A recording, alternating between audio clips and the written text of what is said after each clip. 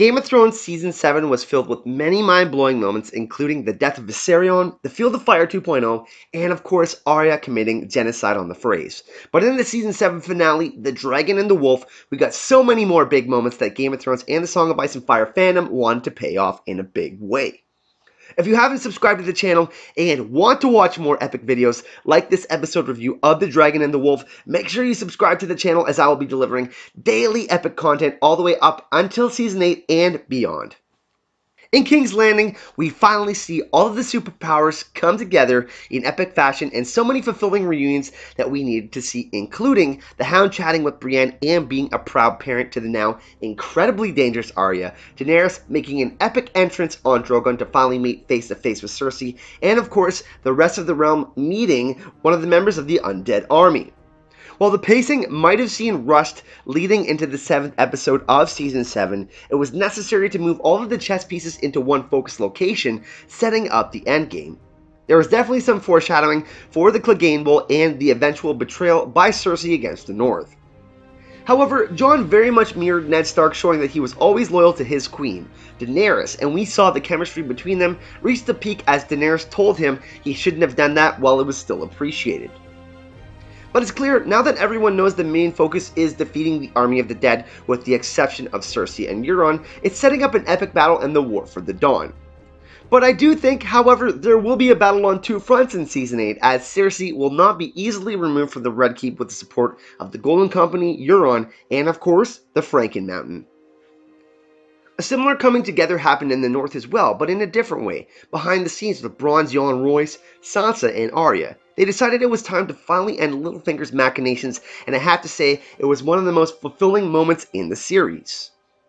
Littlefinger has always been the cause of a lot of problems for House Stark, and it's only fitting that the words of Ned Stark finally rang true, as the sisters came together, making their father proud, finally playing the game and outsmarting Littlefinger. But we have to remember, before the season, many people said that Sansa and Jon would feud, and it would tear apart House Stark. This shows that although they are different because of their experiences, travels, and traumas, that they are still members of House Stark, and the lone wolf dies, but the pack survives. This gives me hope for Season 8 because of George Martin's original title for the 8th book, A Time for Wolves, and the Starks are a representation of wolves in the North. However, this isn't the only important thing that happened in the North. We also had a very interesting interaction between Bran and Samwell Tarly, in which we find out that Jon is the true heir to the Iron Throne. He's not a bastard, and Robert's rebellion was built on the lie that Lyanna was kidnapped by Rhaegar. This wasn't the case at all. They were very much in love, and this is incredibly important because most of Jon's actions have been formed around him being a bastard, and it's why I believe he would make the perfect king because of his experiences. It will be interesting to see, though, how this affects Jon to figure out that his real name is Aegon Targaryen. We know that Daenerys is his aunt, the very same person we see him lay with at the end of the episode. This revelation will send shockwaves throughout the realm and will completely change the story in ways we can't imagine.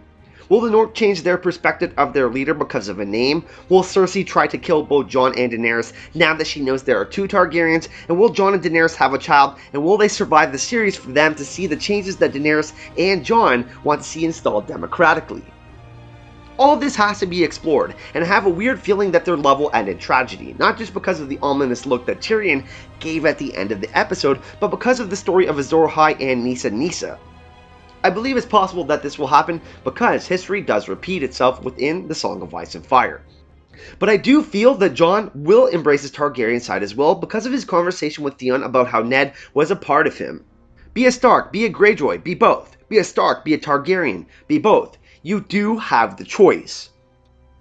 Also, I do have a theory about how their stories will end, and I will explore many clues and foreshadowings linked from Season 1 through 7 and the books. It should be out by sometime next week. But of course, we can't end this episode review without speaking about the Night King and how he brought down the wall with this undead mount, the dragon, Viserion. The story was always leading towards this moment, as the army of the dead will inspire the realms of men and Westeros to come together to fight a common enemy.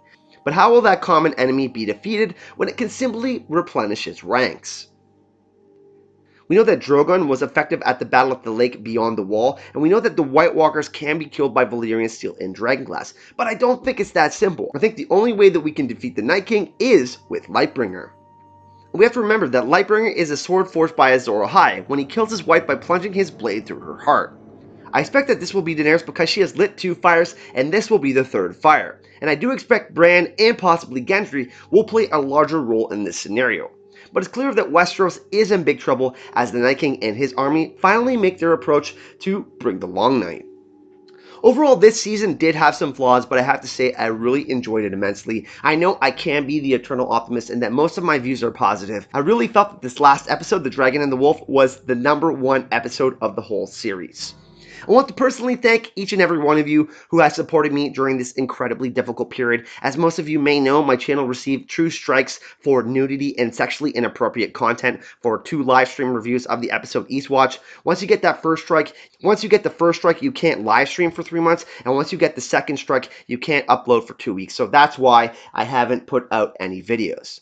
I got the second strike lifted, but the first strike is being upheld for no good reason. I'm not going to stop until it gets lifted. I deserve better than this, and I'm going to try my very best to deliver content that I promise to you guys with integrity, deep insight, and most of all, passion and love.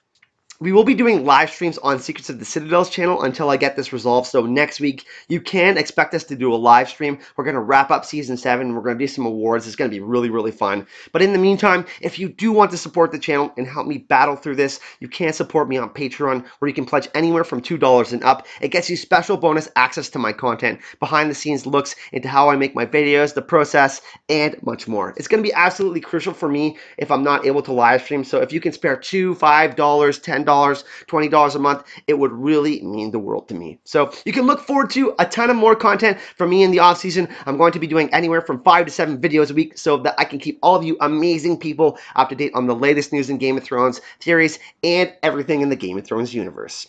Thank you so much for watching, and I'm so hyped to be back, everyone. Hype and love.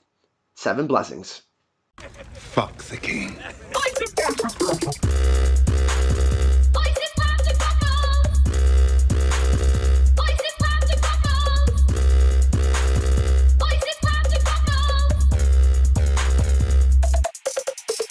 How much for your little clam?